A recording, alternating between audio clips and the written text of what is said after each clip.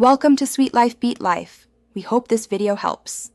Open a fresh Colab and set runtime to GPU so renders are faster.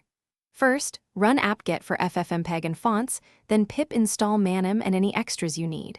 Once those finish, mount your Google Drive to persist code and output. This prevents lost work when the session ends. You'll want a dedicated folder like /content/drive/my drive/Manim projects so paths stay simple. After installs, verify Manim version to confirm the environment. Write a minimal scene in a Python cell or file, import Manim, and define construct. Once done, run Manim with flags. Use PQL for quick, low-quality preview or PQH for higher quality. Make sure to set output file path to your drive folder so rendered videos persist. If you change renderer or add plugins, restart the kernel and rerun the install cell.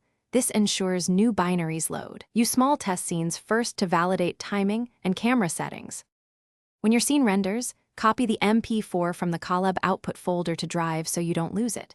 For faster iteration, lower resolution or use fewer frames per second. Once satisfied, render full quality.